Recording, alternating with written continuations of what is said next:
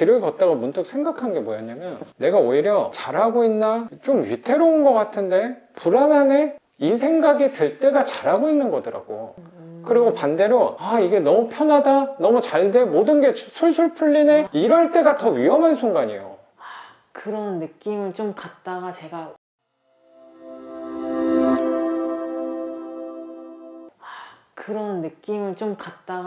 이거 뭔가 안 좋아하는 느낌이다 라는 게 들어서 경계도 새로운 걸 도전 그렇네. 너무 잘 풀렸구나. 순탄했구나. 걱정 같은 게 없었어요. 요거 시작하기 원래? 전에. 아니요, 뭔가 그렇구나. 의외다. 원래는 아니고요. 큰 굴곡은 없었고 경매 시작하기 전에 결혼하고 그냥 문제 없이 살고 있었으니까, 그러다가 뭔가 너무 내가 지금 상황에 안 좋아하는 느낌이 든다, 뭔가 새로운 거 해야 되는 거 아닌가, 그런 거 생각으로 시작을 하다가 여기까지 온 것 같아요. 그 느낌이 나도 어쩌면 오기가 수월해질 수도 있다고 생각도 들어요. 회사 다닐 때랑 지금이랑 비교했을 때 그냥 수익 같은 것도 조금 더 늘었고, 일의 강도에 있어서는 훨씬 그 시간에 있어서는 많이 줄었으니까 안 좋아하게 된다는 생각도 조금 들어요. 어쩌면 내 나름대로 대안을 찾은 것 중에 하나가, 뭐 빨리 하는 거는 옛날보단 덜하지만 아예 안 하는 것보다는 입찰은 꾸준히 해야겠구나로 제 나름의 방법을 찾은 것 같아요. 저 같은 경우도 최근부터 책을 다시 쓰고 있어요 또. 근데 그것도 어떻게 보면 여러 가지 이유가 있을 거라고 생각하는데, 하나는 같은 일환으로 너무 안 좋아하는 것 같다는 생각 때문에 하는 책을 단기적으로 나올 수 있는 부분은 아니라고 생각해서 내 나름대로는 길게 1년, 2년 잡고 쓰고 있는 거거든요. 근데 그것도 안 좋아한다는 부분에 대한 준비하는 부분으로 생각을 하는 것 같고, 또 한편으로는 내가 하는 거가 잘 안 될 수도 있을 때를 위해서 책을 쓴다는 생각도 사실 있는 것 같아요. 준비하는 개념으로.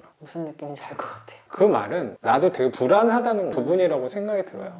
불안이 없을 수가 없는 것 같아요. 불안이 그렇죠. 없으면 발전할 수가 없는 것 같아요. 좀 맞아요. 발전할 수 없는 거고, 그 불안의 크기가 크냐 작으냐인 거지, 불안이 없어지는 상황은 나는 없다고 생각을, 그 불안에 대해서 아예 결론을 내버린 것 같고, 그 불안은 살아가는 동안이라면 갖고 가는 거더라고요. 맞아요. 근데 그거가 커지면 조금 줄이는 노력을 하는 거고, 너무 없어지면 그게 오히려 더 위태로운 걸 수도 있는 게, 약간 안전불감증처럼 살아갈 수도 있는 거잖아, 삶에 대해서. 그쵸. 그럼 그게 오히려 더 위험한 삶일 수도 있지 않을까 생각 때문에 저도 항상 중간을 취하려는 노력을 항상 하려고 하는 것 같아요. 그래서 뭐 책도 쓰려는 것 같고, 입찰도 꾸준히 하는 부분이 아닐까 싶어요. 선생님도 그런 부분에서 내가 너무 안주하고 있으니까 안 되겠다, 뭔가 좀 해야겠다라는 생각으로 작년부터 영상들 팩이나 섭렵을 했나 봐요. 너무 안 좋아하는 거 아니야? 라는 생각을 시작해서 불안이 없었던 거잖아요. 지금 선생님 말씀을 듣고 나 보니까 제가 불안을 일부러 찾아본 것 같은 느낌이에요. 내가 너무 안 좋아하는 거 아니야? 하면서 최악의 상황들을 상상해보면서, 뭐 내가 갑자기 일을 못하게 되거나 남편이 갑자기 뭐 일을 그만두게 되거나 뭐 이런 그렇죠, 상황들을 지금 안주하지 않기 위해서 상상을 해보면서 불안 요소를 이제 생각을 해보면서 그 생각이 발전이 되면서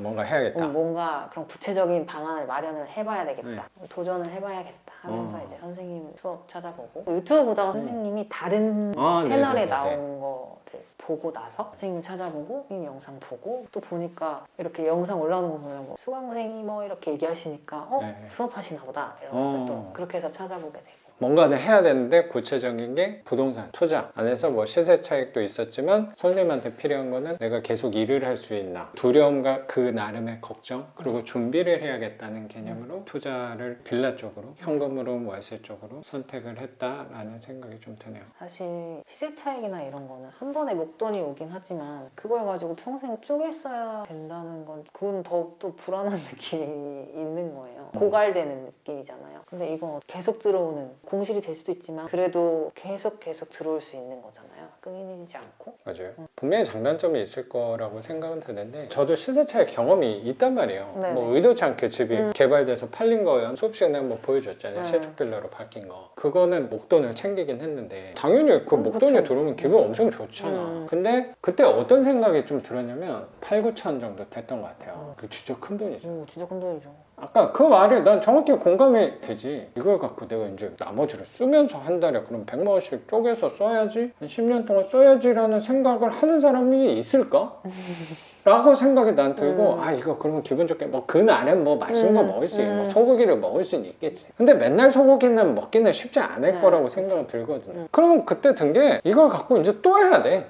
이걸 그냥 남겨놓고 이거 쓰는 사람이 있을까? 그러면 이제 다시 움직여야 된다는 생각이 오히려 들었던 것 같아요. 나는 오히려 시세 차익하는 게 우리도 계속 부지런히 하는 게 맞는데 내 나름대로는 이 월세 투자가 현금으로만 계속 누적을 해서 두 채, 세 채 월세를 쌓는 개념인 게 이게 더 게으른 방법이라고 생각까지도 들거든요. 항상 또 투자를 하다 보면 딜레마에 빠지는 게 뭐냐면 오히려 걸림돌이 뭐냐면요. 항상 이전 거보다는 내가 하는 게 좋아야 돼요.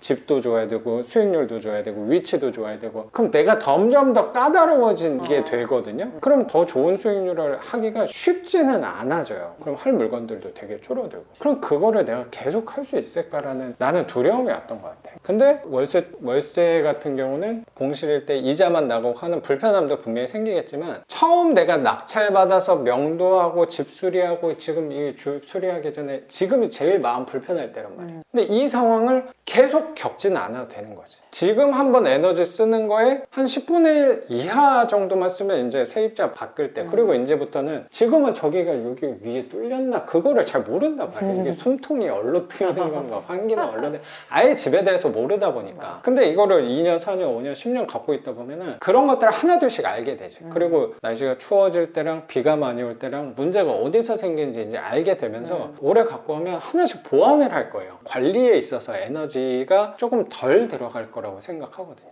또 세입자 몇 번 바뀌고 나면은 관리하는데 드는 시간이랑 에너지가 분명히 줄어든다고 생각이 좀 들어요. 저한테 대해서 사람들이 또 질문도 많이 오고 궁금해하는 부분이 나는 그것도 있는 것 같아요. 이 30개를 그걸 어떻게 관리해요? 라는 그 질문도 저는 많이 받는 것 같은데 1번 물건은 제일 오래된 거잖아. 거의 이제 11년 동안 갖고 있었으니까 처음에는 세입자분이랑 부딪히는 것도 분명히 있었지만 지금은 6년 그 정도부터는 연락 한 번 한 적이 없어요. 그러니까 이제 1번은 계속 갖고 있는 거긴 한데 내가 신경 쓸 게 사실 거의 없어요. 그 세입자분이 또 오래 계셔가지고 그분이 그 집에 대해서 또 알아서 잘 관리를 해주시니까 그런 분도 만나게 되는 것 같아요. 내가 만약에 30개를 다 일일이 맨날 그 사람들이 민원오고 한다고 생각하면 나는 최근에 내가 낙찰을 받았을까? 만약에 그게 감당이 안 되면 이거는 못하죠. 나는 내가 혼자 다 하고 있는데 사람을 쓴다거나 그런 부분도 아닌데 근데 어느 정도 이게 생각보다 에너지가 들지 않는구나를 느끼고 보완을 해놨더니 문제가 생길 확률이 떨어지니까 여력이 되니까 저도 최근에 낙찰을 받은 게 아닌가 생각이 좀 들어요.